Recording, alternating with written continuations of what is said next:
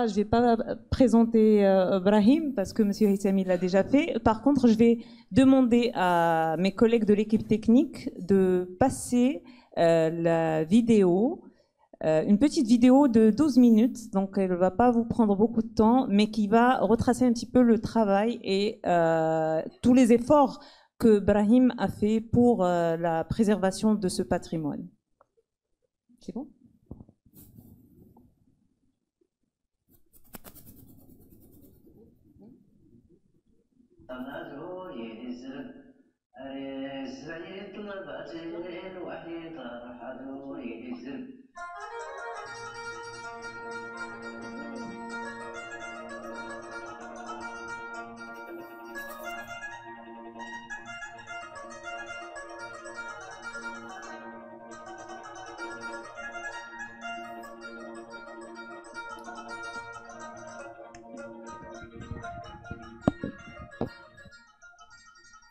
ما قال روزي جابنا ولا يعني تسب الله يرحمه يقال الشيخ موسى دايت موراك ياك المرزوق درزوق كراس الله وران كراس محمد الصير كل غلا وراك كل درس من الدنيا أرى غيك ولو تبرد الحاج ثاني ولا الحاج حسين ولا الحاج إبراهيم ولا الحاج ثاني كان تبرد أغلي ساب وزاد أمغار خليت تخليف ترى كان ولا ترى كذا رد ويد الغاية ويد الخير ويد المجهود ترى كذا هذا ضيو اكثر في الخير إلين تغسيوين مهم مسؤولية من غير من حتى ما كوني كله أسكن الترويح من يبدأ الفجر يبدأ المغربين نخدم دور الجدة كل حبادة نفتس المغربين نفتس نخدم خصي نخدم باين دي لا نخدم بيت وين ما تقلتها غيرته أن بوران بطلة طريق الفنانين هما فنانين مزيانين بدانا رويسة دار غير كان جديد ولكن يضربن ورسول زياد فهاد الرويسة عقودان كيتان الطفر بالعكنس يطفر الفرقانس غير المخالص الرويسة كيقطع الرويسة كيسالسة بالعكنس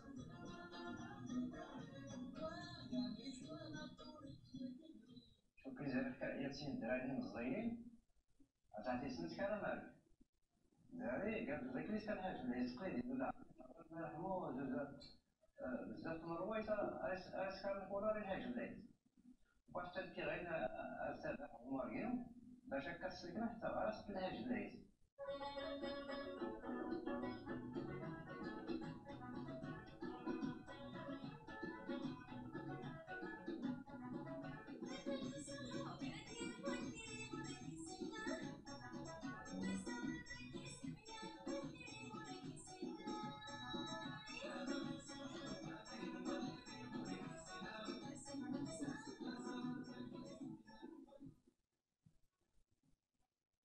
الرئيس الطرفية صغير وكانت رئيسة من سوريا ولكن الرئيس اللي أول ديسك كتبتو باش أنا نحفظو كان الديسك ديال التمثيلية الحرمية تسجيلها التخيلي ما كانش عندي باش نكتبو قلت لي الكارني من الحانوت وكتبت فيه وكتبت على راسها وكتبت عقلها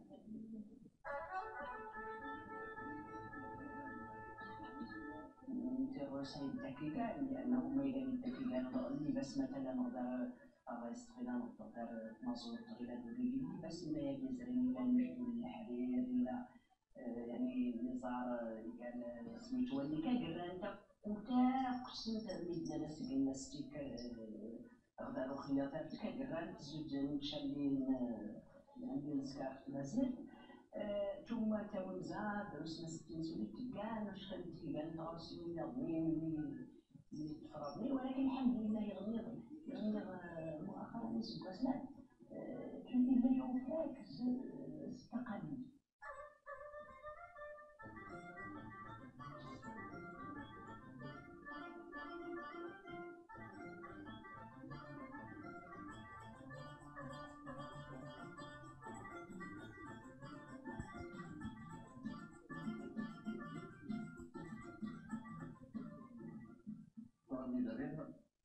خايف انت تتابع عليك حوايج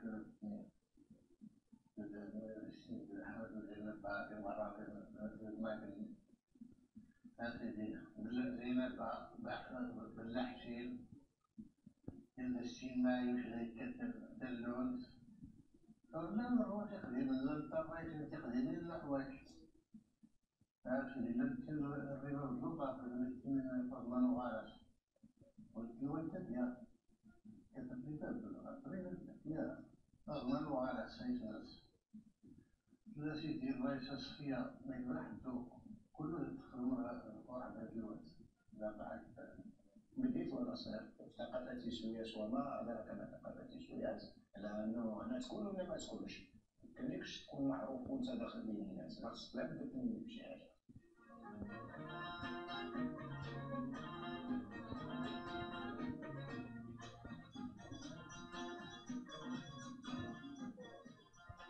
السيرة دا يسكر الحال يسكر الكلمات وكل ديسك التينيسيين يوليونا اللحن ما بقى التيني يوليونا في اللامين الساقة أكن تحط كلمات والتيني ترى اللحن ما الرجال أكتش الاستوديو المدرب الدراري والرئيس اللي صافي تشجعت لا كاين الاستمرارية المواضيع اللي قليل نشكو إلا الريبيرتوار اللي شفتو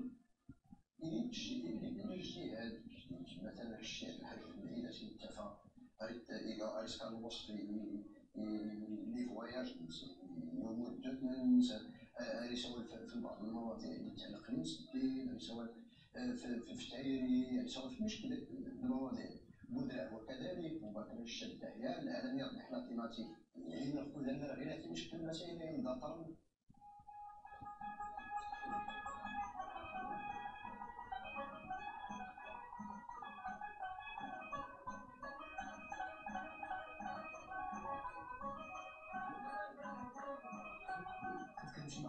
الساعة مع الناس الأحسن مني الحاج عمر وحدوش عبد الله بن جيس منظمي هادو في البلاد عندنا كانوا الرئيس الحاج محمد متولد ناس أخرين كانوا كيجيو ديك الساعة كيديرو الحلقة في السوق كنمشي معاهم.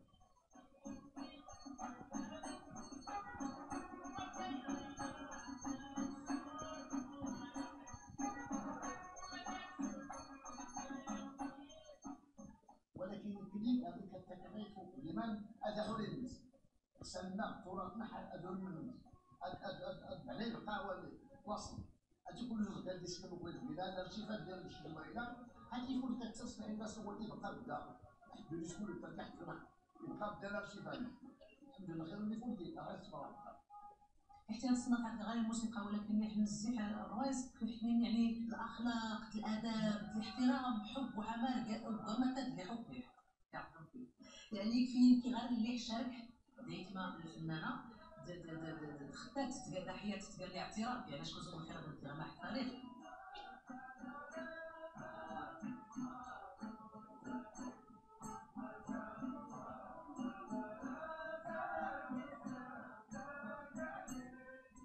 يجري عرض تجارب ما بين يعني دار الروايس ماما الروايس اللي استجمعنا حنا استفاد من الروايس ونستفاد من الروايس غير هادو السنة غير خاصة نكرا المدرسة الدرس ديال المسيرة الفنية هنا خاص للمبتدئين ديال التشكيل باش تعلم باش دابا حتى ما عرفتي والو ما عرفتي الكيفين ما عرفت حتى المدى سمي المدنيين والسن اشكو واخا اللي أي بنادم يعني أي كافي غلطة وكل دا غيجي غلط أشكو غيلي دا غيبان الميزان الطريقة الخدمة كيساتي إذا ما إذا كذا أعرف إذا عملا والرئيس اللي كيزورو الإنسان اللي دار اللي دار يدرك ما غادا تستفاد من قضية سير المهنة اللي ممكن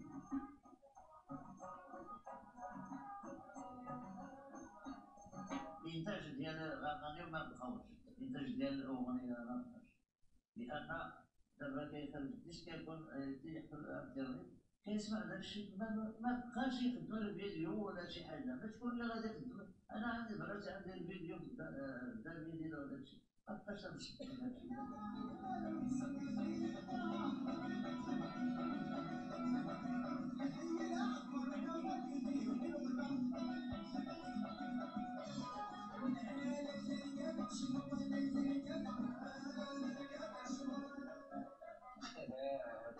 نستغل يعني يحاول بالتحليل الفرصه الحمد لله الفرصه اشكو هي تاريخيه تناسب التدعيمات هذه سميت الحاجه اللي كانت تاريخيه يعني حتى السوفيت قدر لنا الباتريمون ولا من السوفيت الحاجه اللي كانت كتقال هاويه كتقال كذا دونك تيلي سميت ديك الحاجه ما تيدير تنطيق ديال الخير مشروع زوين ديال مشروع فولكي استمنح نجح. انا غير اللي يتموا هاد الناس كل واحد مثلا مشاركه السميه ديالو في وسط هاد الفنانه بارك عليه مزيان داكشي.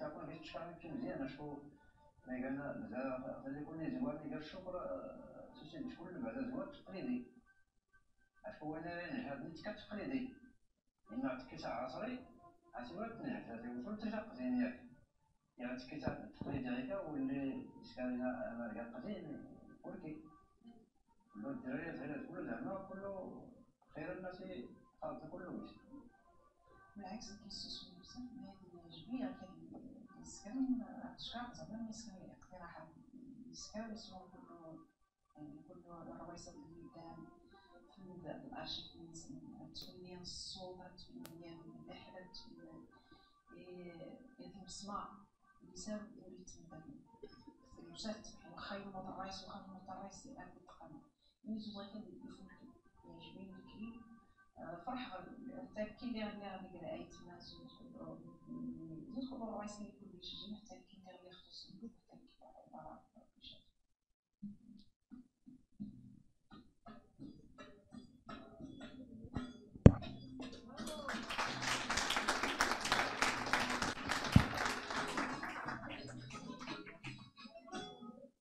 Merci beaucoup. Alors, vous venez de voir une petite vidéo, un reportage sur ce projet de coffret de musique que tu as réalisé il y a 2 ans, c'est ça? En 2020, carrément, juste avant Corona. donc c'était en 2020 et ça faisait suite justement à un travail qui a été fait sur l'art de l'Aïta, comme on a dit précédemment. Alors juste une petite anecdote. Ouais, une petite anecdote par rapport à ce coffret de l'Aïta. Il a été tellement sollicité et comme Monsieur le Mezed a décidé de l'envoyer à toutes les médiathèques du monde pour justement préserver cet art de l'Aïta et le documenter. Donc c'était une campagne et une initiative purement engagée pour la culture marocaine. Donc on ne retrouvait pas ce coffret-là de l'Aïta en vente. Donc aujourd'hui, on a beaucoup de chance d'avoir celui de Royce en vente. Mais à titre personnel, un ancien patron m'a pris le CD de Moussaoui dans le coffret de l'Aïta parce que je lui avais promis qu'il y aurait une 2e édition qui n'a jamais vu le jour. Il m'a dit, le jour où tu auras une 2e édition, je te rends.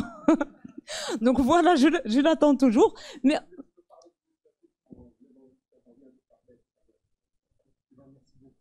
oui. Attends. C'est bon, merci beaucoup.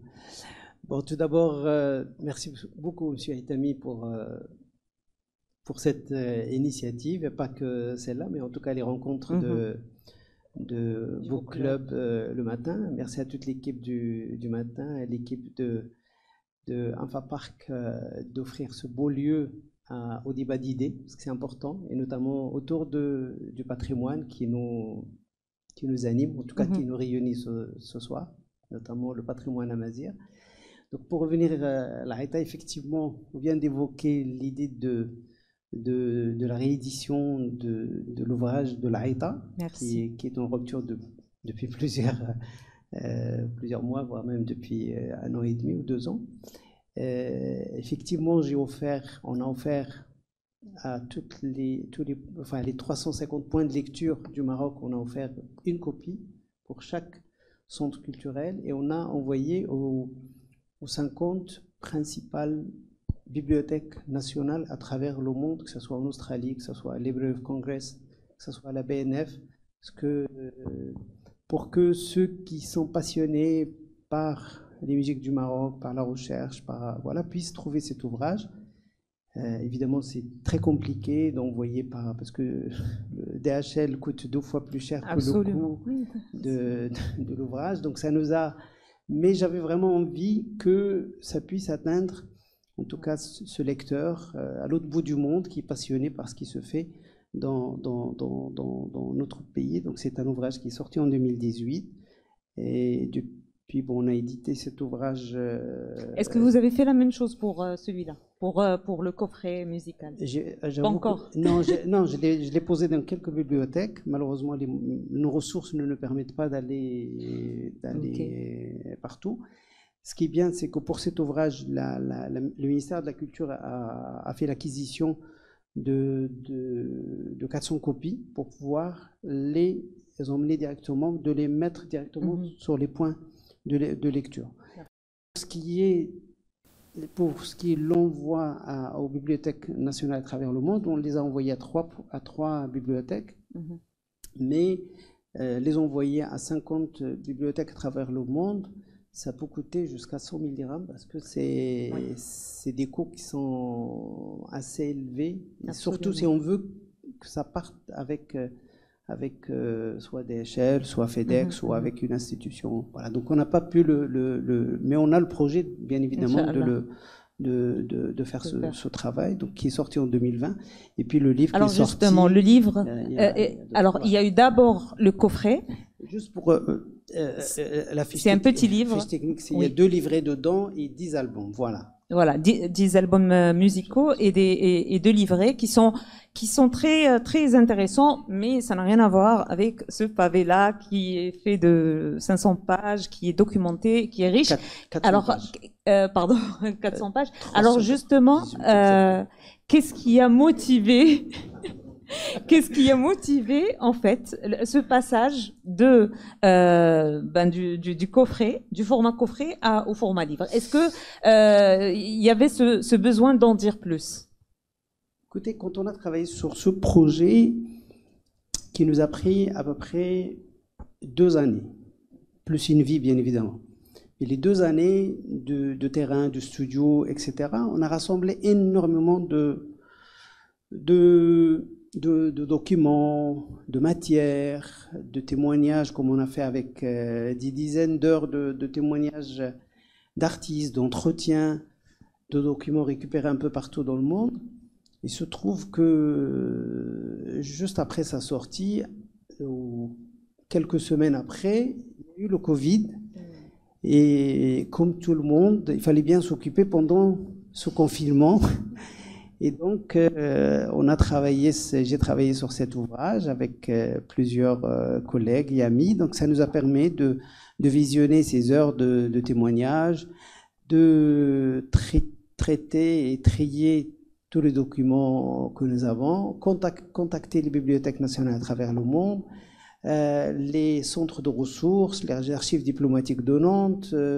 Là où il y a un peu de matière, on est allé évidemment la chercher et travailler et occuper ce temps infini du Covid, et qui nous a permis au bout de 1 an et quelques de finir le travail. Et puis il y a plusieurs mois de travail avec le directeur artistique pour la conception de cet ouvrage, parce que c'est aussi un beau livre avec des photos inédites, des photos qui sont montrées pour la première fois, des photos du début du siècle dernier, des éléments iconographiques intéressants.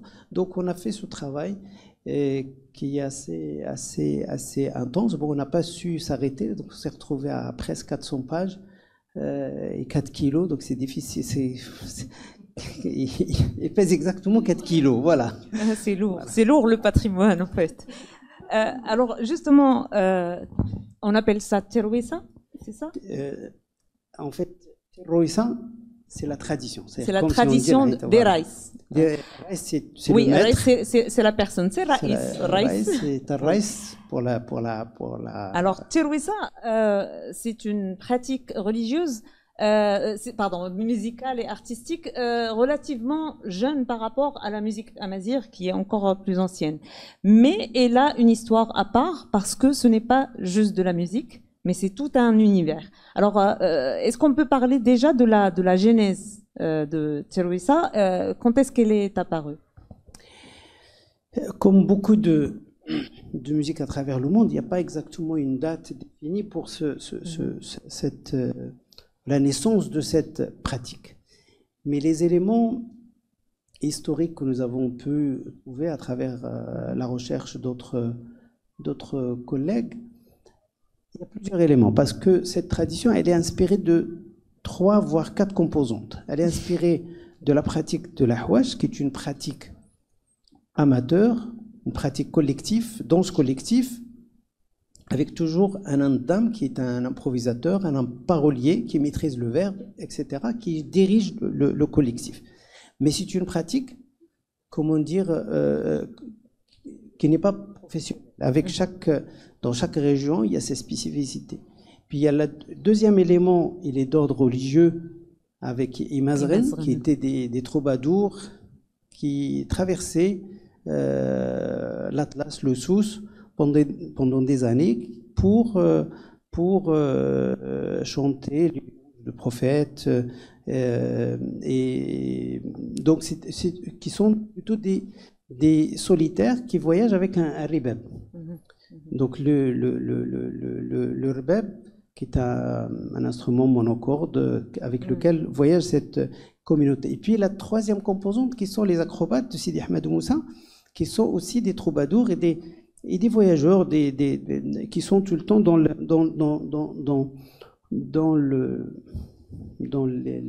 rangs, ce qu'on appelle la moudou, et où il y a une composante musicale toujours.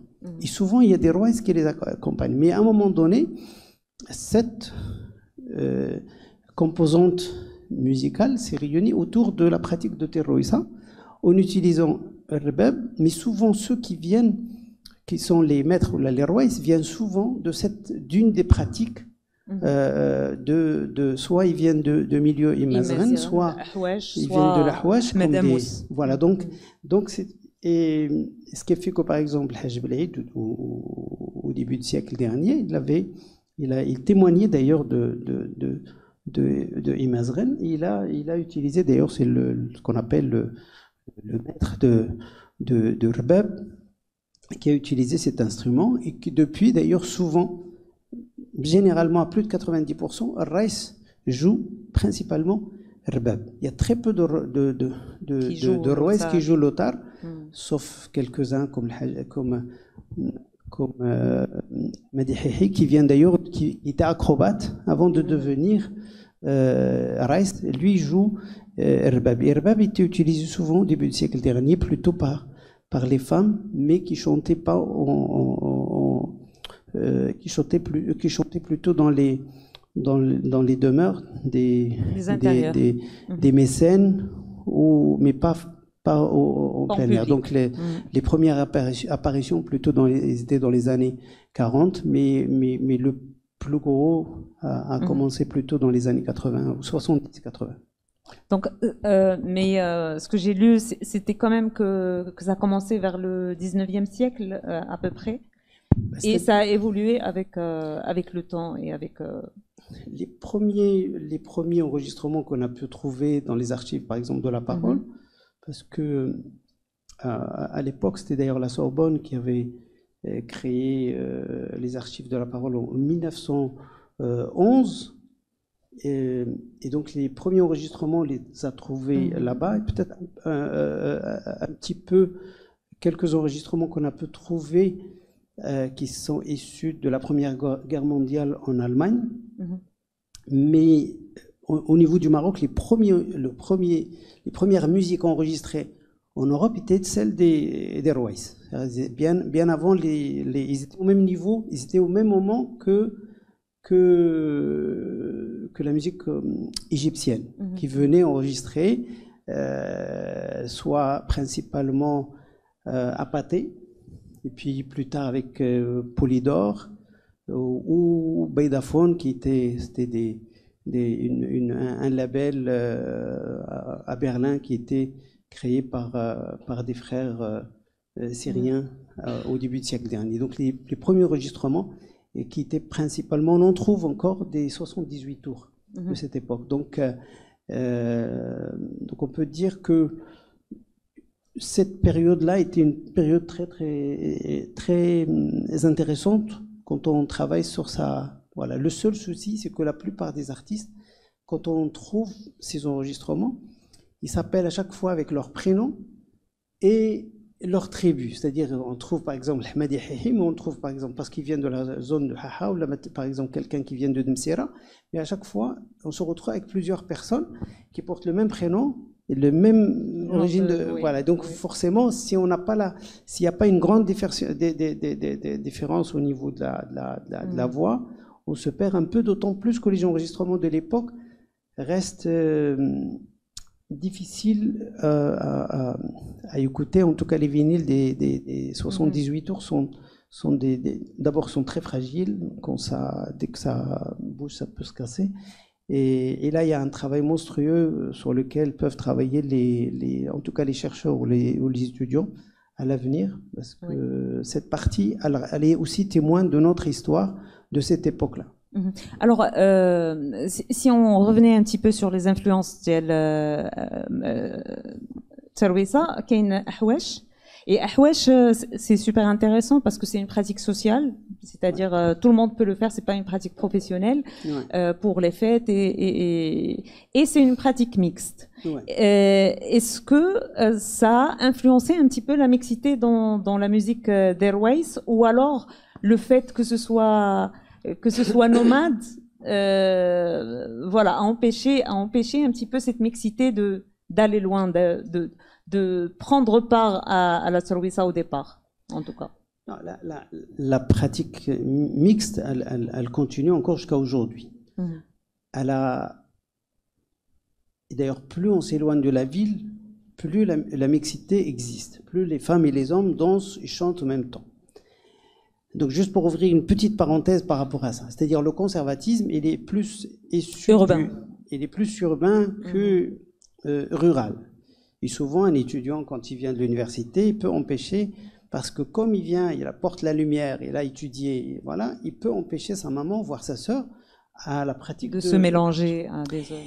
Et donc, cette pratique qui continue encore dans beaucoup de régions qui plutôt se professionnalisent, une façon de parler qui sont plus des artisans que artistes, qui continuent encore aujourd'hui, pour des raisons plus sociales, a été beaucoup impacté par l'apparition de la télé, puis avec l'apparition de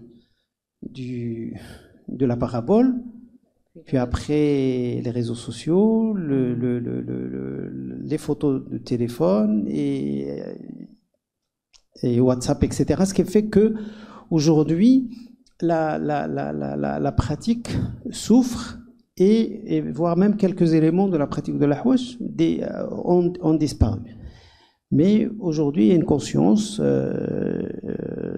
assez intéressante. Enfin, en tout cas, il y a une vraie conscience par rapport à l'importance de préserver ces pratiques qui se diversifient d'un territoire à un autre.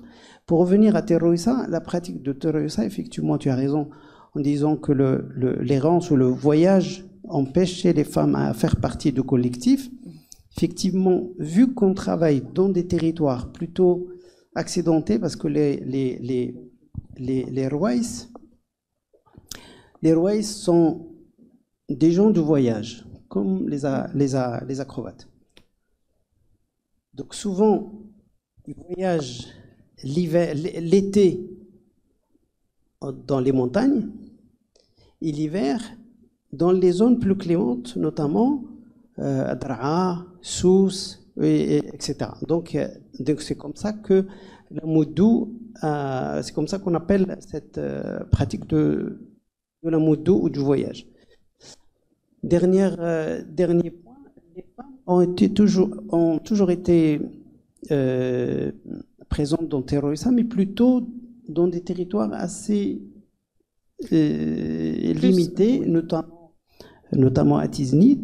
On a d'ailleurs les témoignages de Pokudo. Il y a les 3 sœurs de Tiznit. Voilà, mais il y en avait plus que ça, mais ça reste des pratiques plutôt dire, au milieu fermé. Et elle commence à sortir à Marrakech dans les années 40. Où elles vont se produire à Jemaa el-Fna. Produire à Jemaa el-Fna, mais pas la pratique principale. La pratique principale, elle est plutôt dans les demeures des notables, notamment les caïds, les pachas et les mécènes des artistes. Alors, la deuxième composante qui est très religieuse, le chant religieux des Imazirim. Et en fait, j'ai trouvé ça drôle parce que pour les religieux, les rouès étaient considérés comme un mal nécessaire. Et j'ai trouvé ça assez drôle à relever, d'autant plus que les rouès, qui sont des gens, des poètes, musiciens portés par la poésie, étaient quand même très religieux. Donc il y a une sorte de paradoxe que j'aimerais un petit peu souligner ici. Souvent, les rouès, quand ils arrivent dans un endroit, ils commencent souvent, pour une façon de parler, pour acheter la paix sociale avec la communauté, ils commencent par les chants religieux. Parce qu'on demande slim, on demande, voilà. Et beaucoup sont issus aussi, une bonne partie sont issus aussi de l'école coranique, parce que c'est là où ils ont appris aussi la maîtrise du chant, pas le chant, c'est H-A-M-P, religieux, c'est-à-dire ils ont aussi une maîtrise voilà. Sauf que historiquement, la parole de l'fiqh, elle ne doit pas dépasser le seuil de la mosquée, toujours. La parole à l'extérieur, elle reste celle de Raïs et de l'Amghar, c'est-à-dire l'Amghar, il gère le quotidien, il gère l'eau, les terres, voilà. Le Raïs, lui, et il est le témoin de son temps, c'est-à-dire il vient d'un territoire à un autre, il apporte les nouvelles. Donc il va d'un village à un autre, il est reçu à chaque fois quand il arrive quelque part avec son collectif, il est reçu par le mécène du village, et des fois il est envoyé d'un mécène à un autre. Ça peut être le pacha de tel territoire qui l'envoie à tel territoire. Et puis il y a aussi des rouès qui étaient attitrés à tel pacha ou à tel caïd, et qui fait partie de ses biens. Voilà. Que ce soit des raïsat ou les rouès. Je vais lire juste un petit extrait recueilli par Philippe T. Schuller. Il avait interviewé un raïs, chercheur américain, qui disait, alors j'étudiais à l'Ahdar, l'école coranique. Mon père avait grande confiance envers le frère et il voulait que je devienne frère moi-même. Un jour, le frère me donna un bol pour le remplir à la source. Pendant que je puisais l'eau, j'ai regardé le bol émaillé et une pensée m'est venue. Tout ce dont j'ai besoin pour faire un bon outar, c'est un bâton et quelques cordes. J'ai regardé l'eau et je me suis vue jouer cet instrument. C'est là que j'ai su que je serais joueur de l'outar, et cette image est à tout jamais gravée dans mon esprit. Donc effectivement, ils ont tous ce patrimoine, ce référentiel religieux qui est très présent et qui effectivement par la suite permet d'acheter la paix sociale. Et puis la composante de Iyad, qui est les acrobates de Ahmed Amous, j'ai trouvé très intéressante en fait cette pratique, parce que pour nous c'est juste des acrobates qui font des figures pour gagner un peu d'argent, mais quand on apprend que Ahmed Amous a pu repousser les Turcs qui voulaient rentrer au Maroc, là on voit plus la pratique du même œil. C'est-à-dire que ce n'est pas juste une pratique physique, mais il y a aussi un travail de l'esprit et une philosophie de vie qui s'exprime dans cette itinérance qu'ils ont. C'est-à-dire même un moudou, cette itinérance des gens d'Ahmed Amous n'est pas gratuite. Elle a un but, et donc voilà. Qu'est-ce que vous pouvez nous dire de plus sur Iyad? Sur Iyad, c'est une communauté de voyageurs qui sont des disciples de Sidi Ahmed Moussa, qui est de Tazroualt, d'ailleurs il y a un moussem qui lui est dédié chaque dernière semaine d'août. Est-ce que vous avez un autre micro, s'il vous plaît? Un micro, s'il vous plaît. Donc cette communauté de voyage, d'ailleurs, c'est la première communauté qui a immigré, la communauté d'artistes qui a immigré à l'étranger, qui est partie à l'étranger. On trouve même des traces des premiers voyageurs dans le XVe siècle, mais le plus gros de la communauté est parti fin XVIIIe siècle et qu'on a trouvé dans des troupes de cirque un peu partout dans le monde, que ce soit aux États-Unis, on les a trouvés aussi même en Australie, beaucoup en Allemagne. Entre les deux guerres, il y avait une soixantaine de compagnies, de troupes marocaines qui se produisaient en Allemagne entre les deux guerres. Dernièrement, j'avais rencontré un acrobate à Tanger qui est parti en 1936. Il m'a raconté juste pour l'anecdote son histoire. Il est de Tata. Mais il est né à Tanger, donc il était arabisant. Donc, il y avait ce qu'on appelle une sorte de, ce qu'on appellerait aujourd'hui un manager qui est le Haja Mentag, qui était à Tanger, qui lui envoyait sur les bateaux, en fonction des demandes, il envoyait les compagnies en Allemagne. Donc il jouait beaucoup là-bas. Et lui, il est parti, il avait 11 ans, en 1936. Il est revenu, il a arrêté son activité en 1984. Et donc il parle, et comme il était tout le temps avec des acrobates de Sousse, donc il parlait parfaitement tamazirt. Bien évidemment, il parle l'allemand parce qu'il est parti à cet âge-là.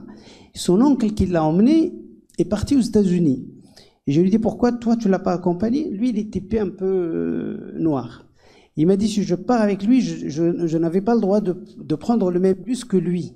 Ah, donc lui, il est resté en Allemagne, il n'a pas pu, voilà, il a fait là-bas, il s'est marié, il a eu 2 enfants, et voilà, et aujourd'hui, il a 92 ou 93 ans. Et j'ai tout le témoignage de toutes ces histoires qu'il a. Voilà. Et puis, ces compagnies, les formes qu'on voit maintenant dans les cirques allemands, une bonne partie portent des noms amazigh ou arabes, par exemple arabisch. La pyramide, les formes de pyramides qu'on trouve dans les cirques, par exemple allemands, ils sont inspirés de ces compagnies. Donc, et donc ces acrobates étaient des complices des rois parce qu'ils se trouvent souvent dans le circuit des voyages. Ils se trouvent tout le temps dans les cirques des années 70 pour ceux qui se rappellent, qui ont vécu cette période-là. Donc, ils jouaient ensemble dans les cirques, dans les moussem, voilà. Alors, pour ça, tout à l'heure, la personne parlait de compagnia. Le compagnie et la compagnie.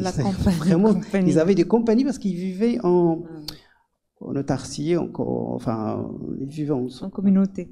Alors, la composante un petit peu voyage à Moudou qui est essentielle, c'est-à-dire que on peut pas devenir race sans avoir quitté ce premier foyer. Pourquoi le voyage et le nomadisme est forcément lié à la pratique artistique? Est-ce qu'il y a une philosophie derrière? D'abord, les Rouaïs ne sont pas installés. Les Rouaïs, Terrosa n'est pas une pratique rurale, c'est une pratique périurbaine. C'est-à-dire, ils s'installent en milieu plutôt dans les zones plutôt urbaines, soit Marrakech, soit à Agadir, notamment à Tchera, soit ici à Casablanca. Donc ça, c'est les temples majeurs voilà. Bien évidemment, il y a en Tiznit et Ch'toukaïdba, mais principalement ces 4 villes, Tiznit, Agadir, Marrakech et Casa. Casa, depuis 1912, avec Mohamed Sasbou, qui a installé son école ici, à Derb Sultan. La Pinzgan, Tchera, etc. Et donc, cette communauté vit à l'époque, chaque artiste, chaque race, il a sa propre troupe. Il ne la prête pas. Aujourd'hui, on n'arrive pas à trouver suffisamment ce qu'il appelait, lui, Tarraben, c'est-à-dire des musiciens, pour accompagner, ce qui fait qu'aujourd'hui, chaque race prête, entre guillemets, ses musiciens à d'autres raïsat ou à d'autres rois, parce qu'aujourd'hui, les ressources sont plus les mêmes qu'à l'époque. Et comme je disais tout à l'heure, donc ils partent dans le circuit du voyage où ils sont attendus parce qu'il y a des points qui sont majeurs, où ils doivent s'arrêter parce qu'il y a tel mécène, parce qu'ils dépendaient principalement des mécènes, comme toute pratique artistique européenne. C'est-à-dire, s'il n'y a pas de mécène, la pratique, elle disparaît. Ce qu'on appelle, on les appelle les muhibbin. C'est-à-dire, ce sont des... Et on les trouve ici à Darb Omar, muhibbin, qui organisent une fête parce que parce qu'il y a une idée ou là, voilà, donc on les appelle les muhibbin et qui pensent souvent à ces artistes-là qu'on va les inviter à Paris, comme on peut les inviter à Bruxelles, comme on peut les inviter ici à Casablanca, ou Marrakech, ou là, ils allaient même jusqu'en Algérie à l'époque parce qu'ils avaient des communautés qui les attendaient partout. Et donc Sasbou, qui était à Casablanca, il était très présent dans d'ailleurs ce qu'on appelle à l'expo universelle, aux fêtes de Grenade. Ils étaient souvent, parce qu'il y avait toute une européenne, notamment pour cet art. Et donc forcément, ce voyage était plutôt... D'ailleurs, comment un Raïs part, ou quelqu'un qui est passionné, comment il part avec la compagnie, souvent parce qu'il a été passionné par la voix d'une Raïsa ou d'un Raïs principalement, et qui prend soit il fuit sa famille, soit voilà, parce que passionné par cet art. Bien évidemment, il ne devient pas Raïs comme ça, il y a quand même le rapport de maître à disciple qui est un rapport assez complexe, que ce soit pour les femmes, que ce soit pour les garçons, on peut revenir là-dessus, et il y a tout un processus pour devenir Raïsa ou Raïsa et prendre son autonomie à l'avenir. Alors, en parlant de mécénat culturel, chose dont on a besoin aujourd'hui, les autorités, les qaïds et les pachas étaient les premiers pourvoyeurs d'art finalement et de culture au Maroc. Alors pourquoi ? C'était pareil pour l'Aïta, hein, juste pour te dire. Oui, absolument, absolument. Alors, voilà. Pourquoi il faisait ça? Est-ce que justement c'est des muhibbin, ou alors parce qu'il y avait d'autres enjeux, par exemple pour le protectorat, pour séduire un petit peu ce colon? Non, c'est vrai que au Maroc, on est très amoureux de la musique. C'est-à-dire, on est vraiment très passionné par ça. Et à l'époque, ça posait aucun problème d'exhiber cette passion qu'on a pour les arts. Et voilà. Aujourd'hui,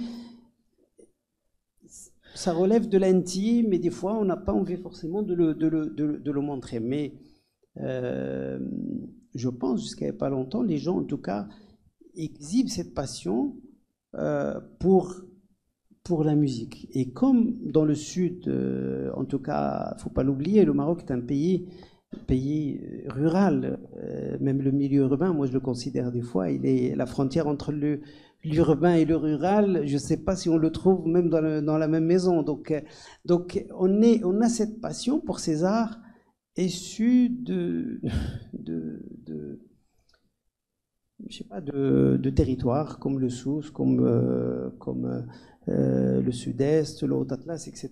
Donc, et cette passion est venue du fait que eux-mêmes sont issus de cette culture. Puis il ne faut pas oublier, ce n'étaient pas des cadres qui sont partis à l'étranger, qui sont venus avec d'autres visions. Donc ils sont nés là, ils ont grandi avec cette passion, même si certains qaïds à l'époque, notamment le Glaoua, qui était aussi passionné par d'autres arts, que ce soit turc ou égyptienne, mais en tout cas, le fait... Al-Glaoui, c'était l'un des plus grands mécènes de la musique. C'est un des plus grands mécènes parce il avait dans ces demeures, en tout cas, il y avait toujours les artistes, il y avait cette fierté d'avoir des artistes qui habitaient dans son univers, qu'il avait le plaisir de les faire produire devant ses invités, et pas que lui, c'est-à-dire que d'autres aussi, mais un peu partout. Il y a cette passion pour ces arts. Alors, cet art. dans ces soirées fastueuses chez ces mécènes-là, souvent il y avait des présences étrangères, qu'elles soient françaises ou issues d'autres pays, et qui étaient complètement sous le charme, fascinés par cet art amazigh. Comment on peut expliquer cette fascination-là? Bon, d'abord, Lyautey, quand il est arrivé au Maroc, il était fasciné par ce pays. Et puis, il avait une volonté, entre guillemets, à préserver ce patrimoine. Donc, il avait monté ce service des arts indigènes, une sorte de ministère de la culture de l'époque, pour préserver, voilà. Donc, c'était quelque chose d'assez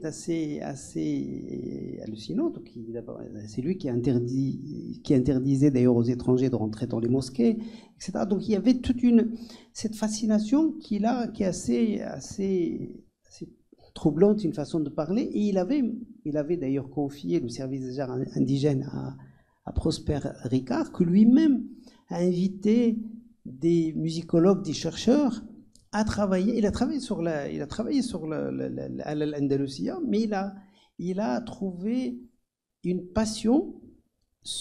D'ailleurs, il a fait un ouvrage absolument magnifique sur cet art, c'est Corpus de la musique marocaine,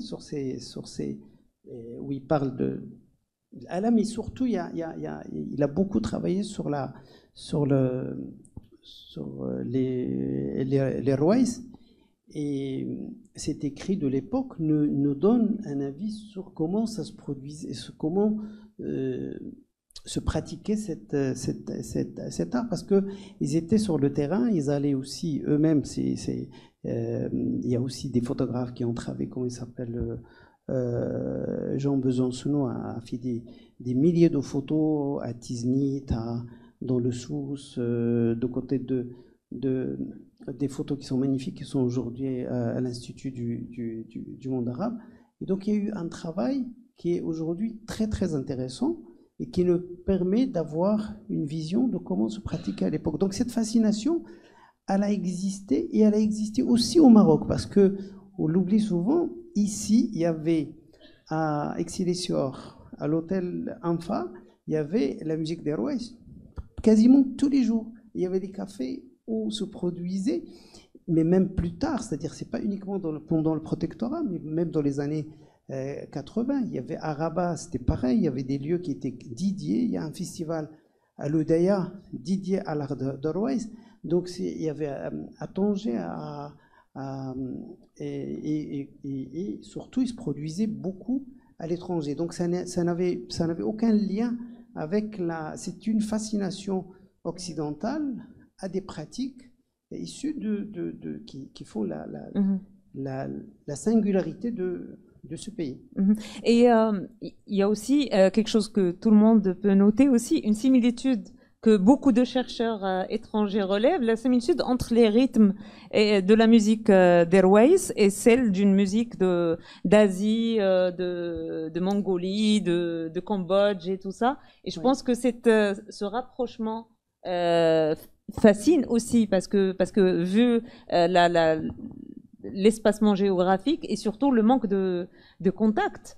Donc il y a ce truc-là qui fascine aussi. Le mode pentatonique, on le trouve principalement, en tout cas au Maroc, et voire même dans les pays du sud de la Méditerranée, principalement chez les Rouaïs, et qui est une pratique son mode est assez proche avec les musiques de Touareg, et d'ailleurs le rbab, il a la même sonorité que le massingo éthiopien, ou un autre instrument monocorde qu'on trouve chez les Touaregs au nord du Mali et de côté du Niger. Mais curieusement, on trouve cette musique, mais vraiment c'est assez troublant, assez proche, voire même dans la tonalité du chant. En Mongolie, en tout cas en Asie, dans plusieurs pays d'Asie, que ce soit en Chine, que ce soit en Mongolie, et c'est assez. Mais il n'y a pas vraiment de réponse à ça. Enfin, moi, j'en ai pas. Alors, pour ce qui est des thématiques qui sont très répandues et très fréquemment traitées dans la musique d'Airways, bien sûr, on trouve l'amour, ça va de soi, mais quelles sont les autres thématiques? Alors, l'amour, ce qui est drôle, c'est que je viens de lire que, en général, les Airways sont beaucoup plus pudiques que Raiset.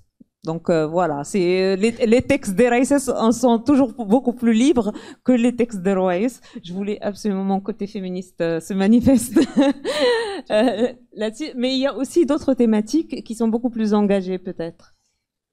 Tout à fait. Bon, Amerg, le chant des Raïs, Amerg veut dire le chant, veut dire aussi plusieurs choses. Veut dire la nostalgie du pays, comme la nostalgie de son bien-aimé. Et il veut dire aussi l'amour, c'est-à-dire veut dire taïri, c'est-à-dire c'est assez subtil comme en tout cas la langue amazigh est assez subtile. Je pense pour connaître l'amour il faut apprendre tamazigh. Bon à savoir. On va s'y mettre. Donc, je dis, par rapport au thème évoqué, il y a plusieurs sujets. D'ailleurs, à la différence de l'Aïta, où il y a le texte connu que chaque raïs réinterprète et interprète, il y a une part à l'improvisation. Raïs travaillent leur propre œuvre. C'est-à-dire qu'il n'y a pas de réinterprétation d'œuvre de l'autre. Bon, ça se fait maintenant par les jeunes, mais un raïs, normalement, il doit maîtriser un instrument, il doit écrire ses textes, il doit connaître ses textes. Et puis il y a des raïs qui ont des spécificités. Il y a des raïs qui sont connus, les femmes, voire les hommes, les adorent pour leur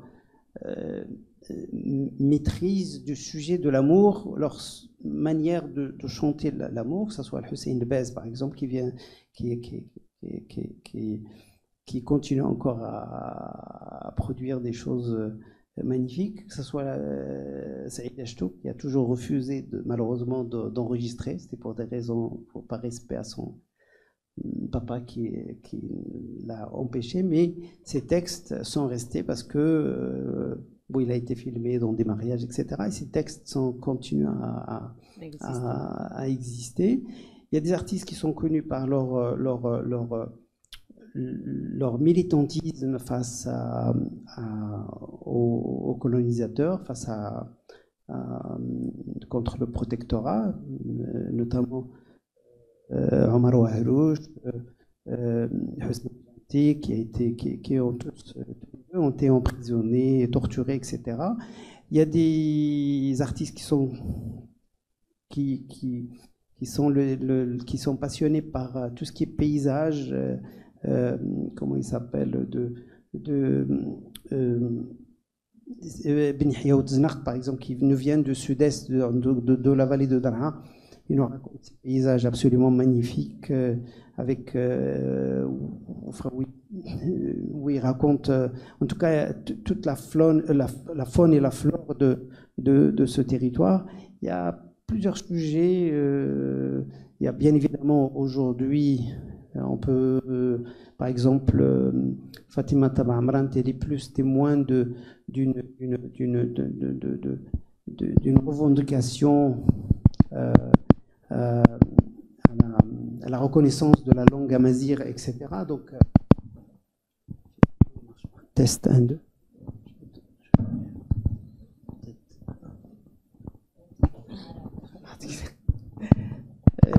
Donc il y a Fatima Taba Amran qui est plutôt plus dans la revendication, tout ce qui est en lien avec la reconnaissance de la langue et de la culture amazigh, etc. Donc il y a, tous les sujets sont évoqués comme on peut le voir dans d'autres cultures ailleurs.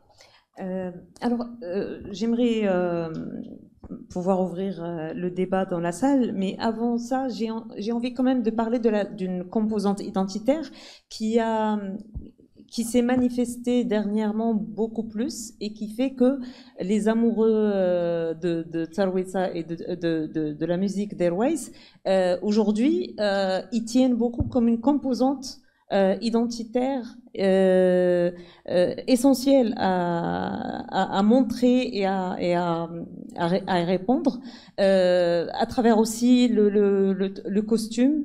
Quelle est la symbolique des costumes choisis? Est-ce qu'il y a des différences d'un costume à l'autre chez les Rouès et les Raïsat? En fait, la singularité de la pratique de Teruesa, elle n'est pas liée. Ce sont pas uniquement des musiciens troubadours, etc.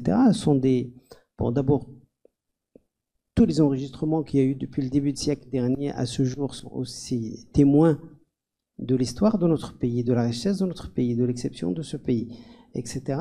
Et puis, à la différence de beaucoup de sociétés au Moyen-Orient, la musique chez nous se pratique en plein air. C'est peut-être un des rares pays où il y a ce rapport à l'espace public qui est totalement différent d'ailleurs. Et donc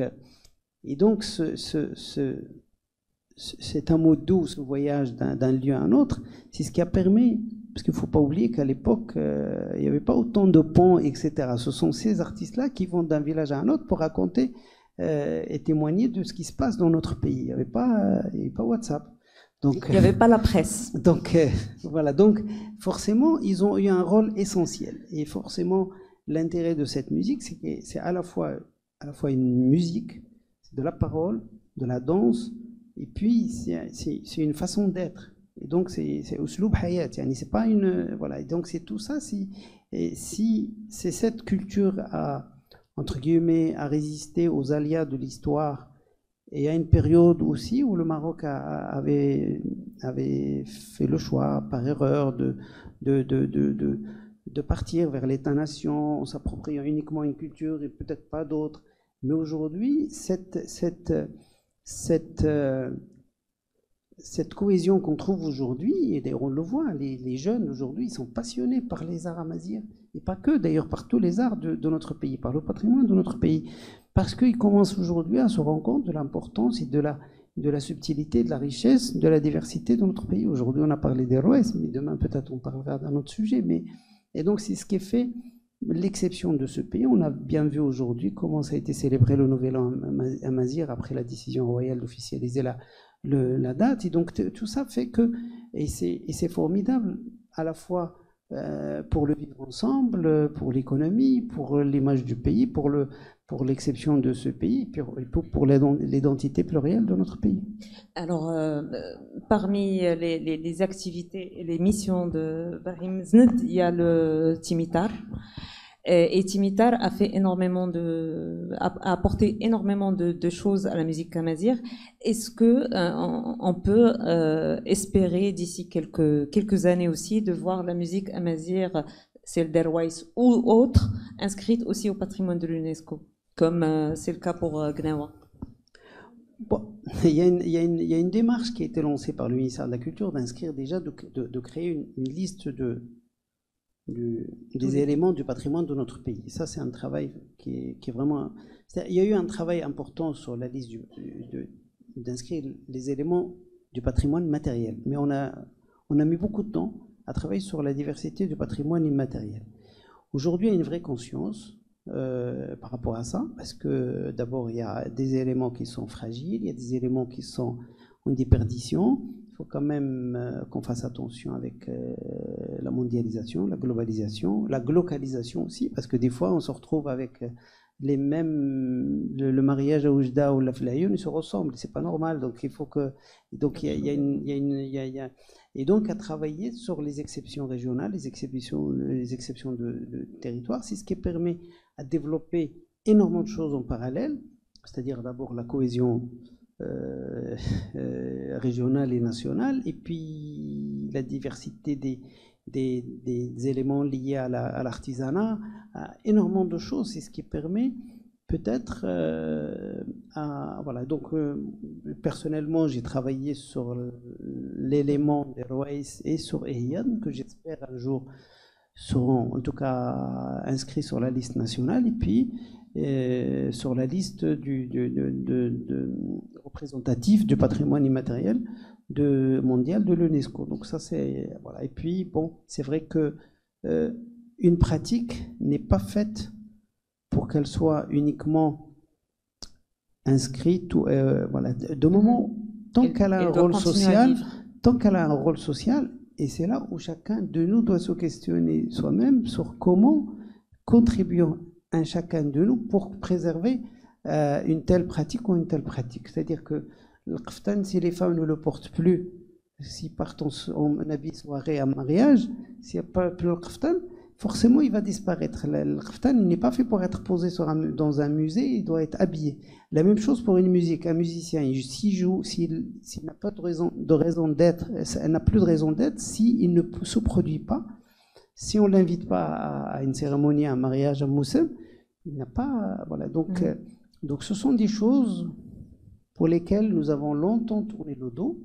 C'est à nous de se questionner et de les promouvoir. Nous essayons, en tout cas à travers le festival Timitar chaque année, en tout cas de mettre plus de la moitié de la programmation dédiée à ça. Là, on vient de faire une tournée avec pratiquement 1000 artistes, que ce soit des artistes d'Ahwash dans leur diversité, ou les Rouaïs, et la scène musique actuelle qui s'inspire beaucoup de ce patrimoine, vient de faire jouer pratiquement 1000 personnes dans le Souss, de Tata, Biougra, Insken, Tchera, Agadir, et ça a créé une ambiance assez extraordinaire pour la communauté. Alors, Timitar, il a quel âge aujourd'hui? Pratiquement 20 ans. 20 ans d'existence. En 20 ans d'existence, est-ce qu'il y a un changement palpable, que ce soit au niveau du regain d'intérêt ou autre chose? Est-ce que la musique continue à exister? Il y a de nouveaux rails qui se rajoutent à l'écurie, ou on est en train de, comme c'est le cas de l'Aïta, en train de juste réciter les vieux textes? D'abord, quand on a commencé le festival Timitar, et à la première année, on a fait le choix d'inviter les artistes au même niveau que tous les autres artistes, sur la même scène, sur les mêmes lieux, partager les mêmes espaces. Donc on a le même rapport au public, à la scène, etc.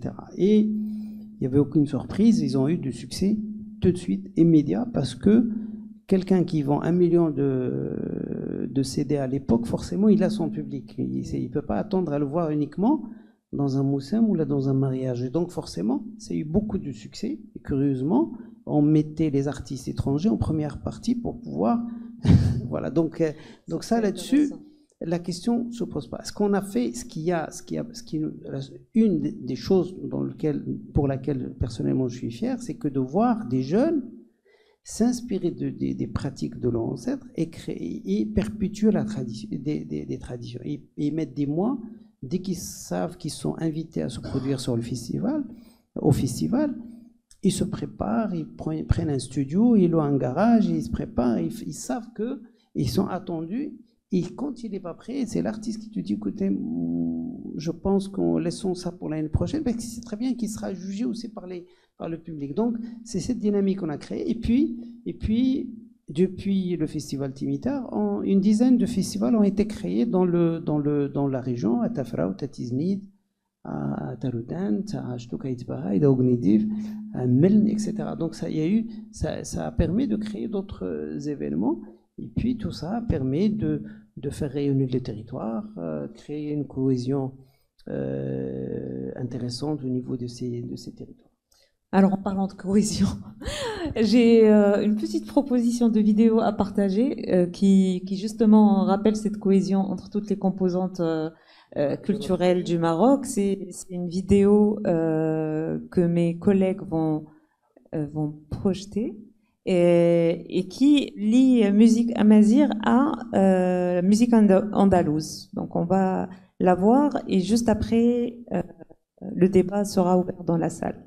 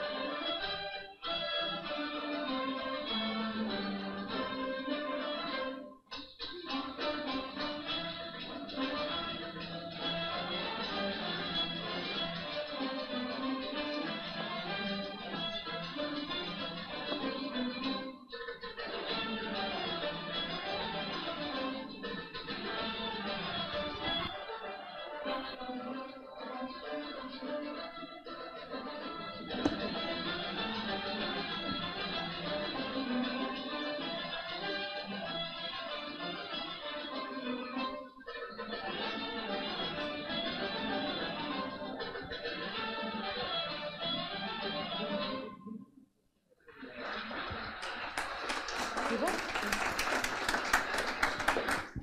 Merci beaucoup, merci beaucoup. C'est un exemple d'échange et de cohésion. Je sais pas, c'est peut-être le festival de Fès, des musiques sacrées.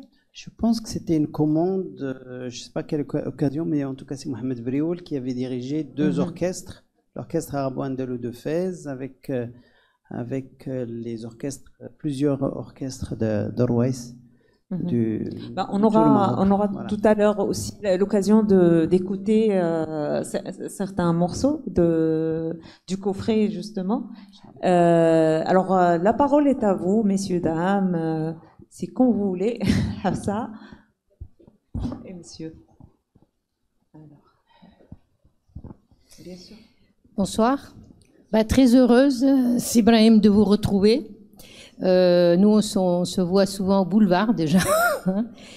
Et justement, la première chose que je voudrais dire, je voudrais vous remercier d'avoir parlé des jeunes comme vous l'avez fait. Parce que, bon, des gens de mon âge, des fois j'entends les jeunes point de suspension, plus. Alors j'ai écrit un article, les jeunes ne plus, parce que les jeunes, ils font beaucoup de choses. Et récemment, je voudrais partager une expérience avec vous dans le dernier boulevard, où les jeunes, c'est-à-dire le tremplin des jeunes musiciens, j'ai eu deux groupes. Un de Mohamed El-Ghizlan et l'autre de Azilal. Et à la fin, ils sont venus me dire, à la fin de l'atelier d'écriture que je leur avais donné, ils sont venus me dire, Madame, on aimerait bien retraduire Mririda et la chanter en amazigh. Vous voyez que les jeunes, ils lisent, voilà. Donc déjà ça.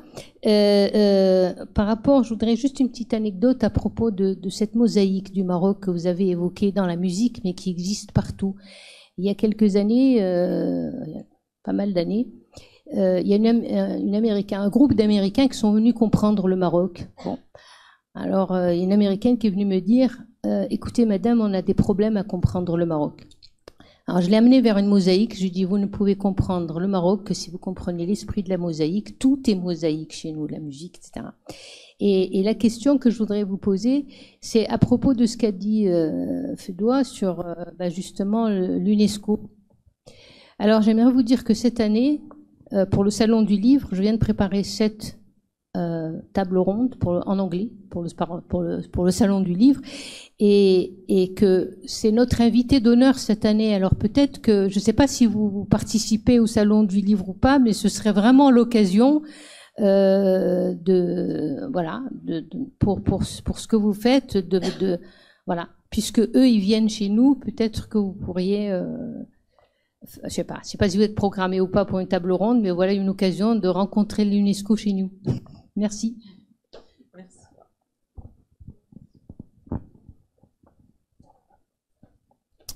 Merci.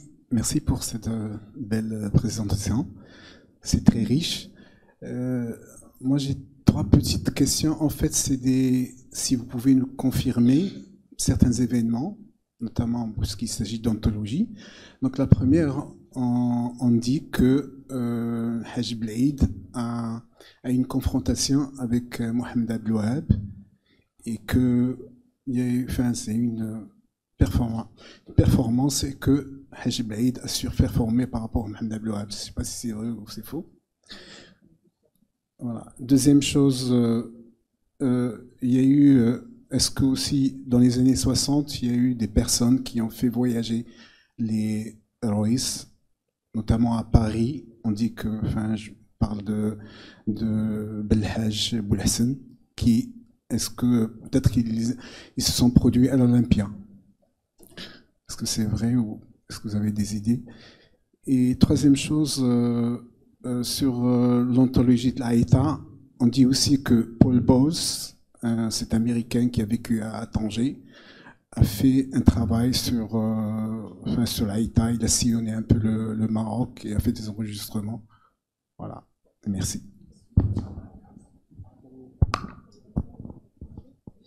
Merci beaucoup. En fait, Haj Belhaïd, il a enregistré au même endroit que Abdel Wahab.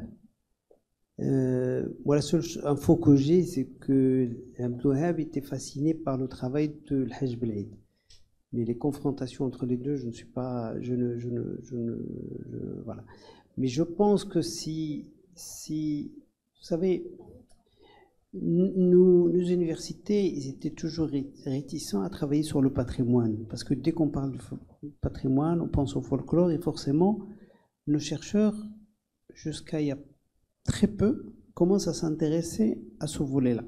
Parce que tout ce qui est patrimoine, tout ce qui est folklorique, entre guillemets, voilà. Aujourd'hui, on doit, je pense, ouvrir tout un travail autour de ce patrimoine extrêmement riche, parce que je me suis rendu compte qu'il y a des milliers et des milliers de chansons qui n'ont pas été traitées, qui sont le témoin de cette époque-là, dans laquelle on peut trouver des jutes verbales, par exemple, s'il y a une confrontation, on peut peut-être la lire entre les lignes, on peut, voilà. Mais comme il n'y a pas eu ce travail de recherche, et puis notre discothèque marocaine, je veux dire, notre archive sonore, il est ailleurs, il n'est pas chez nous.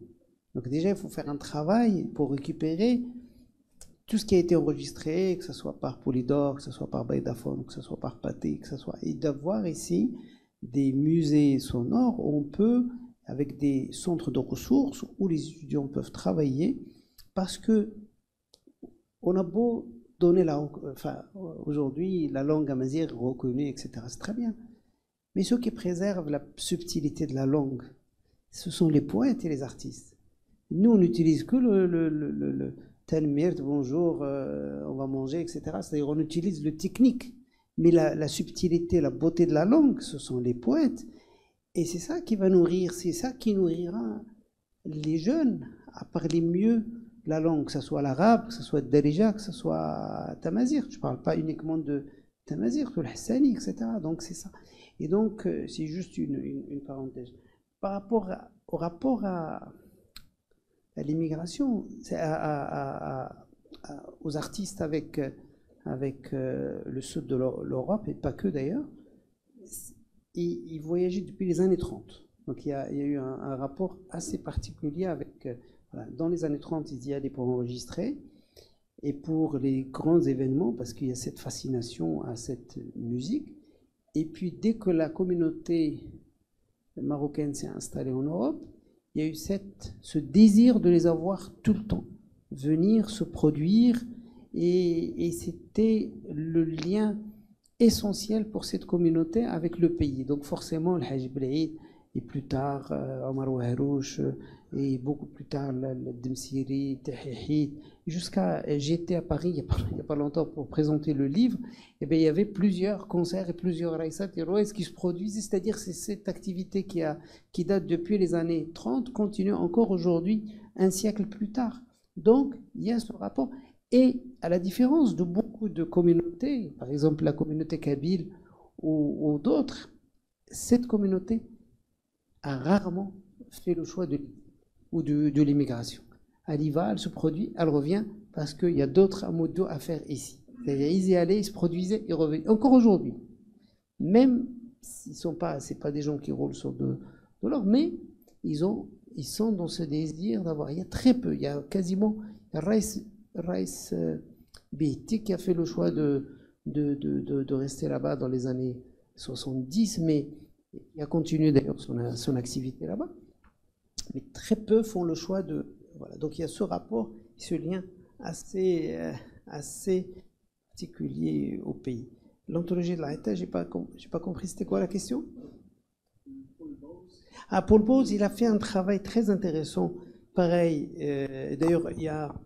Ce travail, il est sorti en album que je trouve très intéressant, parce que ça nous permet aussi d'avoir une idée de la musique à cette époque-là. Mais personnellement, j'ai l'impression qu'il a enregistré beaucoup de troubadours, beaucoup de gens qu'il a rencontrés sur la route. C'est-à-dire c'est un travail plus de musicologue, enfin plus de recherche que c'est-à-dire que nous on a fait un choix différent parce qu'on a enregistré dans le même style que dans les années 80, c'est-à-dire un son un peu blues, mais qu'on peut écouter au fond de son salon. C'est-à-dire le travail de Paul Bowles, il a plus un intérêt plutôt de recherche qui est très très intéressant et je pense que là c'est pareil, les étudiants, je les invite à aller travailler au Centre culturel américain là, non, à Tanger, la légation, ils ont beaucoup de choses, y compris d'ailleurs le travail, une partie du travail de Paul Bowles là-bas. Voilà. Autre question? شكرا. أولا قبل كل شيء أحييكم على هذا المجهود الجبار للمحافظة على الموسيقى الأمازيغية وخصوصا فن الرويس وقبل أن يندثر، لأن حاليا كنشوفوا باللي هذه الموسيقى ديال فن الرويس كتعيش واحد الأزمة من غير بعض المبادرات ديال بعض الشباب اللي خداو المشعل. اولا ملي نرجعوا لتاريخ فن الرويس قلتوا بلي سي با ابارتيغ دو 19 سيكل، مي كنظن بان فن الرويس هي قديمه قدم الامازيغ في المغرب. بالنسبه لنقطه اخرى كنلاحظوا بلي ان واحد المنطقه في النواحي ديال مراكش، بالضبط نواحي ايمين تانوت، روهاله، دمسيره، متوقه، هي المنبع لكثير من هاد الرواد ديال الفن الرويس. باش كتفسروا هذه الظاهره ان هذه المنطقه كتمتاز باش تعطي هذه الفنانه من هذا الحجم؟ وبالنسبه للمواضيع اللي تطرقتها فن هذه الظاهره او هذه الموسيقى ديال فن الرويس، يمكن تطرقت حتى للمواضيع السياسيه. الى خدينا المثال ديال عميد فن الرويس الموسيقى الامازيغيه الحاج محمد الدمسيري اللي كان كيطرق مواضيع سياسيه في اكثر من اغنيه. كاين واحد المبادره اللي عملها واحد الشاب مغربي في الولايات المتحده في كاليفورنيا، ما عرفتي واش سمعتوا به، فتاح عبو، اللي دا هذه الموسيقى لامريكا وخلق فرقه امريكيه اللي تعلموا الشلحه وتعلموا الامازيغيه وكيغنيو فن الرويس، وهذه مبادره تحسب له. بالنسبه للمحافظه على التراث وعلى هذه الموسيقى، واش ما كتشوفوش باللي خص تكون واحد المبادره لخلق مدرسه لهذا النوع من الفن وهذا النوع من الموسيقى باش تكون الاستمراريه؟ سينو راه هذه الموسيقى في انتظار. الا شفنا غير مثلا الساحه ديال جبل الفنان اللي كانوا في هذا الروايس، راه ملي كتمشي دابا ما كتلقى حتى واحد. حاجه اخرى، خمسه الاسئله ماشي اسئله، هذه غير مجرد اشارات، ماشي اسئله، مجرد اشارات و شكرا. دي فلاش. اش كنت بغيت نقول؟ سي بون نجاوب على هادو. يلا شكرا.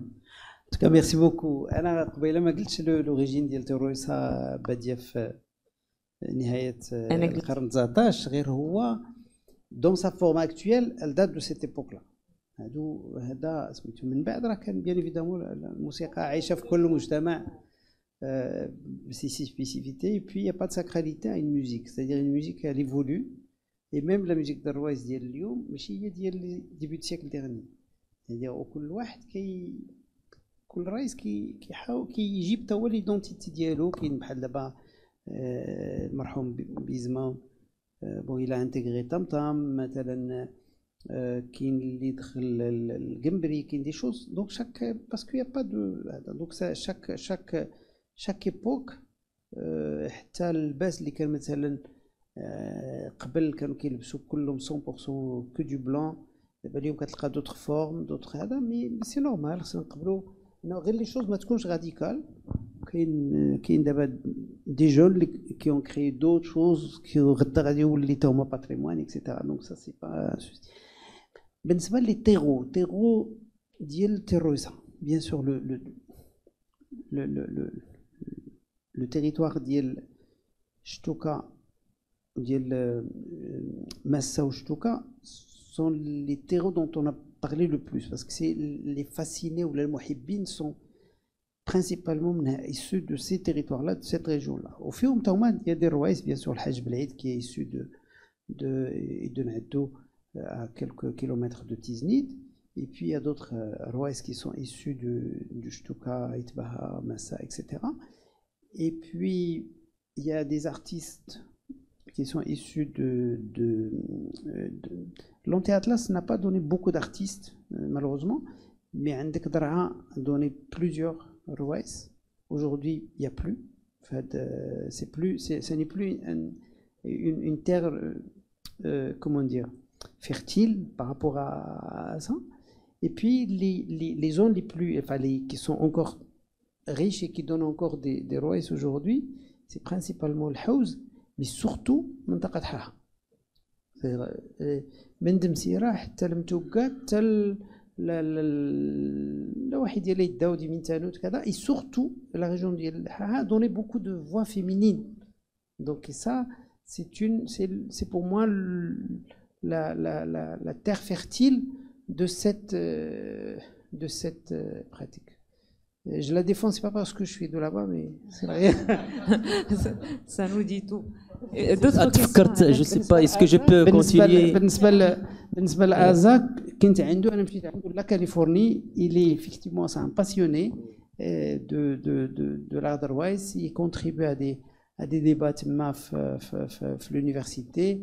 Il organise des voyages au Maghreb avec les étudiants qui sont à la recherche de tout ce qui est en lien avec la culture amazigh, pas uniquement la pratique de la musique tarouissa ou la tagroupite, mais c'est quelqu'un qui fait un travail intéressant. بالنسبة للمدرسة, effectivement, l'apprentissage à l'ancienne avec toujours ce rapport maître à disciple ne peut plus continuer au Maroc, que ce soit dans l'artisanat, que ce soit dans la musique ou autre chose. Forcément, il faut créer des institutions en normes. Et puis l'exemple de beaucoup de pays qui ont réussi ça, que ce soit au Japon, que ce soit en Corée du Sud, que ce soit en Asie centrale, que ce soit dans d'autres pays. Effectivement, on peut travailler sur des conservatoires qui peuvent avoir un caractère régional, je sais pas, l'Aïta في عسفي, الغرناطي في وجدة, Tiroïsa في Tiznit ou la Agadir, etc. Mais il faut une réflexion. Je pense que la société civile peut aussi apporter sa contribution par rapport à ça. Si vous permettez, تفكرت التتمة ديال التدخل بالنسبه الرواد بحال احمد بحال بويزما وبحال واحد الاخرين عاشوا في اخر حياتهم واحد الحاله ماساويه. كانوا مرض وكانوا في اترافير لي ريزو سوسيو بانه في الحاجه للمساعده زعما سي مالوغو دو فوار لور فان دو كارير دو سيت فاسون. واش ما يكونش واحد الصندوق ديال التضامن مع هاد الناس اللي ملي يكونوا في الحاجه نوقفوا معاهم وعطاو بوندون 30 40 50 طون دو كارير ارتستيك. هذه ça vaut pour tous les artistes. نعم. وخصوصا الحاله ديالهم يمكن هما اكثر من الاخرين، مازال الاخرين كيتفكروهم. وبالنسبه اعطيكي اسئله اخرى سي فو بلي مسيو، من بعد غادي تهضروا ديريكتومون. السيد تماي. مساء النور. صراحة الحوايج زوينين في المغرب ولا في كازا سورتو اننا اون لوكازيون دو اسيستي لهاد لي زيفينمون هذا. تو سكي بيان سور ابارتير لا باتريمون سي حاجة اللي سافي بليزير. ربما انا عندي دو ريفليكسيون. لا بروميير ما عرفتش تقدر تكون شي حاجة اللي كتخدم وفي نفس الوقت كتسيء الباتريمون ديالنا. هي اون برون واحد بحال العيطة ولا هاد الفن الامازيغي وكنبقاو نخدموا فيه على دو فولي. كنعتبروا اما فولكلور وبالتالي كيولي شي حاجه اللي خصنا بور ديفيرتيسمون با بلوس وكنساوه، اما كنعتبروا ان باتريمون كما قال الاستاذ قبيلات ان كنقولوا هذاك سي دي باتريمون خصنا نحافظوا عليه انتوشاب اون ترافاي با. اور كما قال نهضروا على اللغه الامازيغيه، الحاجه اللي غتخدمها هي تو سكي كولتوريل، يعني سوا لي بويت سوا لي زيكريفان اللي ما كتبناش بها كاي لغه، ما كتبناش بها ما دوناش بها ما خدمناش بها نصوص، واحد الوقيته غتولي بحال الاراميه الاشوريه ونبقى نقولوا كانت عندنا امازيغيه وسيتي ان بون فولكلور غادي نجيبو التساوى ونقولوا هذا سي ان بون. دوزيام بوين سي كونسيرنون ملي كتجي واحد لينيسياتيف مع ريشيرشور ولا ايكريفان ولا شي كي كان كي بيان سور من المحب لهذا التراث صافي بليزير دو فوار سي فير. ولكن واش ما كاينش يعني ان ترافاي اللي هو يقدر يكون ايتاتيك كي في اون سورت كو هاد الناس ديال الامازيغ مادام كاين المعهد الملكي الامازيغيه ان يقدروا دي زينيسياتيف باش اولا خصنا نعرفوا. دابا حنا لو بلو بارادوكسال لو بلو اميزون ان كنقول الا فوا اوني ان بي ريش، عندنا واحد ديفيرسيتي من الصحه حتى لطنجه، ولكن انا فوا ملي كنبغيو نقلبوا كنلقاو داكشي يعني سيرت كان واحد الوقيته حبسنا على توسكي امازيغ سيتي ان ديسيزيون كي ا ريفوار كي ابري سا شونج ولكن الا كان خدمه يعني كان ان ترافاي اللي هو كوليكتيف سافا دوني فروي كيما كنديرو صالون دو ليفر كنديرو البولفار صافي بليزير ان ندير واحد الحاجه ولكن الا بقات كدار غير باش يجيو الناس يتفرجوا يقولوا اونات فريمون هذا غيدوزو واحد القسم ما بقاش نعرفوا شنو كيما هو ذكر بانه غترجع تقلب على ان ارشيف ما غتلقى تلقى ما تلقاش حاش ملي كتبغي تسنت كتلقى يعني صافي دو ملي كتبغي تسنت على اللغه يعني الامازيغيه ملي كتسمع ليها انا سيرتو باش تزايد ملي كتسمع الناس كيهضروا بالامازيغيه وكيقول لك غير امازيغيه يعني حتى ما كيكونش داك خصنا اون دوا يتر فيير لهاد لا ديفيرسيتي وهذا صافي فريمون سي ان ترافاي اللي بقى انديفيدويل ما غيكونش يعني تري ريش كو سا شكرا. D'accord, j'ai la question. Pour concernant bien sûr la diversité de le travail. Diversité. Est-ce que ça sera pas plus pratique vraiment أن يكون واحد travail اللي collectif يتجمعوا ناس les chercheurs ولا un centre pour que ce sera un travail اللي يكون دي fruits. D'autres questions ou غادي نجاوبوا على كلشي وحده. Deuxième question. Demoiselle. Bonsoir. Ça va, tout va bien. En fait, c'est pas une question, c'est que pour compléter dès que le terme de Mouhibin, je préfère dire Ihwawi. Je sais pas, Mouhibin, c'est pas purement de l'amour de la roi. C'est pas grave. Sorry. Bon, Ihwawi, c'est plus شي حاجة اللي كتحس بيها ماشي بحال Mouhibin. Je sais pas que واش هاد لو تيرم عنده علاقه كو بور رويس ولا اون بو دير كو بور رويس بور تاغروبيت بور كوم اودان ارشاش يعني ان جروب ماشي كو بور رويس مي يا واحد لا بارتي من واحد لو بويم ديال داعلي مسيو علي ازايكو الله يرحمه كيقول فيه تو تماره قهووي زعما اوبلي لا فاتيغ ليبويزمون and be un ahwawi, quelque chose de pur. Alors, si مزند قال لنا إذا بغيتوا تعرفوا الحب تعلموا الشلحة سي بوتيتر سا. وي وي عرفتي واحد لو تيرم حنا اللي نتعلموا الشلحة باش نبداو نفهموها واحد اكزاكت. وي واحد لو تيرم كتحس به واخا تقولوا ما غاديش تفهموه مي tu le sens. C'est tout, merci beaucoup. Là, pas juste pour répondre à mademoiselle après de mademoiselle le Mouhibin et Hawawin, c'est le public qui vient au spectacle, qui est dans cette attente parce que en fait moi je me rappelle quand j'étais gamin les ouvriers ou les marins ils rentraient, ils se préparaient pour aller au spectacle. Ils se mettaient bien pour aller voir le spectacle, que ce soit dans une salle ou un cabaret ou là, mais ils se préparent pour aller. Le Mouhibin, c'est des mécènes, c'est-à-dire c'est des gens qui contribuent à la réussite du spectacle, c'est-à-dire ils mettent de l'argent, c'est-à-dire ils mettent de, voilà, c'est ça le, voilà, c'est ça la différence. La partie étatique, pour répondre au monsieur, je pense qu'aujourd'hui, il y a une conscience. C'est-à-dire, je pense qu'il y a une vraie volonté aujourd'hui. D'ailleurs, il y aura un centre dédié au patrimoine immatériel dans notre pays. Ça, c'est la lettre qui a été lue lors de la 17e session du patrimoine immatériel qui a eu lieu au mois de septembre dernier à Rabat, et une lettre où Sa Majesté a bien demandé à ce qu'on crée un centre dédié au patrimoine immatériel de notre pays et pas pour la préservation, c'est la préservation et la promotion. C'est deux choses ensemble en parallèle. Merci. Voilà, le vœu est exaucé immédiatement. C'est ça, c'est pas moi, c'est juste. Alors, on va prendre une dernière question, madame, oui.